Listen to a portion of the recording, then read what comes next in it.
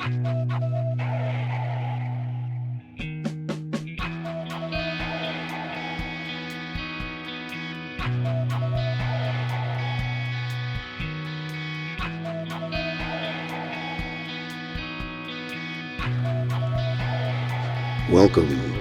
to Bastards of Oblivion.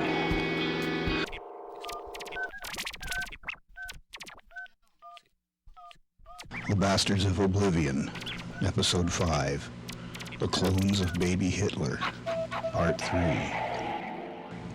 Rock and roll is a weapon. Of course I remembered the UFO, but I had to pretend that I didn't know anything. You learn this after a while. I heard a few of the other sailors talking about the UFO.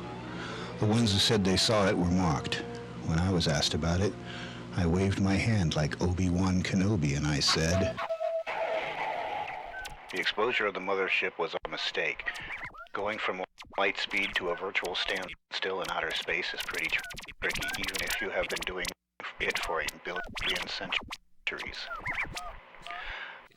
The cloaking device creates a photonic simulation field around the mothership, which bends the light.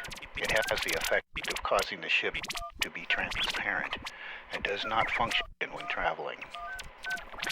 The cloaking device automatically detects when the inertia of the vessel is low enough to allow for the bending of light."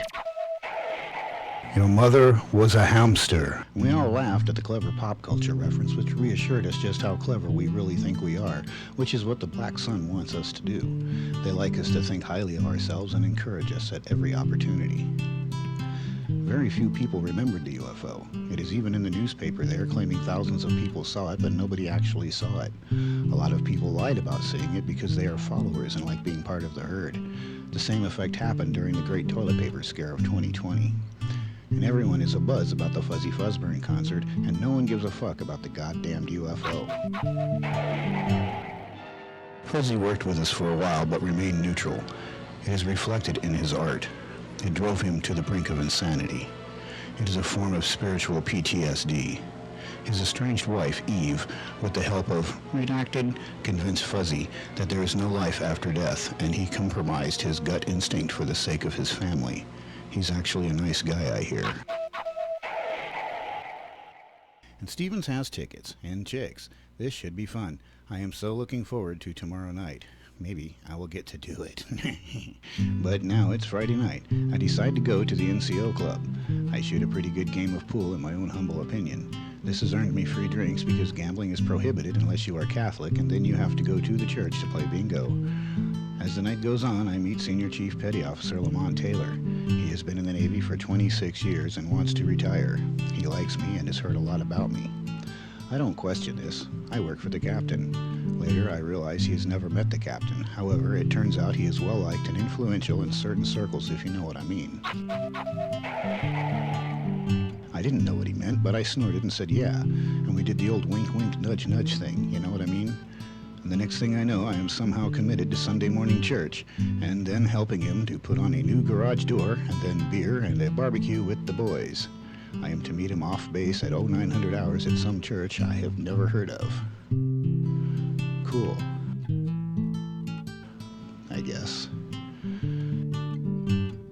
So now it's Saturday afternoon and Larry is driving a rental car, and I'm riding with him. It is 1700 hours, which is 5 o'clock in the afternoon, I think. It's a 2-hour drive to the concert where we are supposed to meet our dates. He just goes on and on about how hot Sheila is and blah, blah, blah. He even mentioned the possibility of marriage in his fantasy somewhere. It was very amusing. Now you have to remember, we're both barely 19 years old. Sheila is 35 and has various tattoos in odd places. She's trying really hard not to look like a mom. Some would say MILF, but my money is on drugs. Her sister, it turns out, is actually her 14-year-old daughter who just adores Fuzzy. She just wanted to bring her daughter and Stevens paid for it. So when I accidentally get separated from him at the show, I am happy. I figure I could locate them before the show was over. Unfortunately, when it was all said and done, I waited for them and looked for the car, and they were nowhere to be seen. I began to walk to the road to get home. It was 3:30 in the morning. I trudge on, crunching the gravel on the shoulder for about an hour or so. I heard a car approaching from behind me. I was pretty desperate to get back to base.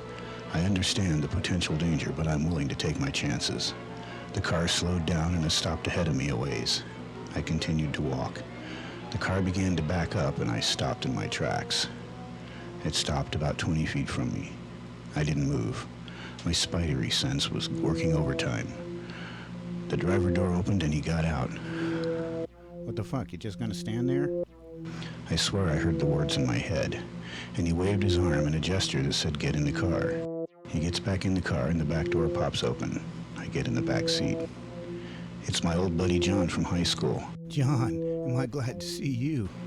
He stared at me through the rearview mirror. My name isn't John, it's Glenn. It's me, man. Okay, cool, but I'm Glenn, and you are apparently fucked up. Yes, I am. Now, I hadn't consumed any intoxicants, but yet I was feeling as if I was very drunk all of a sudden. Come on, Johnny, old boy, it's me, Trinity. Remember I wanted to fuck your sister? Oh, I was suddenly drunk. I guess I was always drunk, I think, but I didn't notice until now, and that was funny. Then I realized who the Commodore was. I could see the full moon in the sky. There were witches flying around the moon. I figured I must have gotten a contact high at the concert. That's my story, and I'm sticking to it. How did you get here, Johnny? I giggled like a 19-year-old boy in the Navy. My name isn't John, it's Glenn. I laughed. Yeah, okay, Glenn. How's Marilyn, man? She was so hot, you know, God, I wanted to. And then I thought of the Admiral, and she too was so... Later, Glenn, changes the radial dial, and I'm pretty sure he said, Ghost 2 to Ghost 17. A little Bo Peep has baked her blackbirds. If you didn't hear that, fuck you. And a voice comes back and says, fuck you too, John. No, not John or Glenn or whatever the hell his name is. He laughed. That's DJs. I awoke in a chair, and I was tied to it. John, Glenn, the clone, was sitting on a raised chair in front of me, just staring at me. This version of the John Glenn clone series had a stupid haircut like Mr. Spock from Star Trek. His ears were not pointed. He also had a darker pigment in his melanin. I could feel a mild tingling all over my head. It was like tiny goosebumps creeping back and forth, and here and there without any real direction. He was probing my mind. He laughed. Wow, you catch on pretty quick. The probing continued. Perfect. You almost killed me, you know. Excuse me? You and the wizard and that fucking saint. Then he flipped a switch on the wall. I was in the back of the limousine. Apparently I'd gotten tired and laid down in the back seat, so I sat up. I looked at the driver. He glanced in the rear view at me. Of course, I had to rub my neck because that is what always happens in the movies in situations like this. Ah, Sleeping Beauty awakes. I sit back up in the seat. You are a difficult bird to make sing, he said. He went on pointing with his lips as he spoke. My father owns all this land, and it will be mine when he dies. I noticed the many oil wells pumping away like so many pious grasshoppers. I could use a man like you. I can make you very rich. I ignored his comment. I think of the ghost agents in the past who have become wealthy. Almost all of them flipped to the dark sun. Then they immediately faded from memory. I recalled my date with the super chief. What time is it?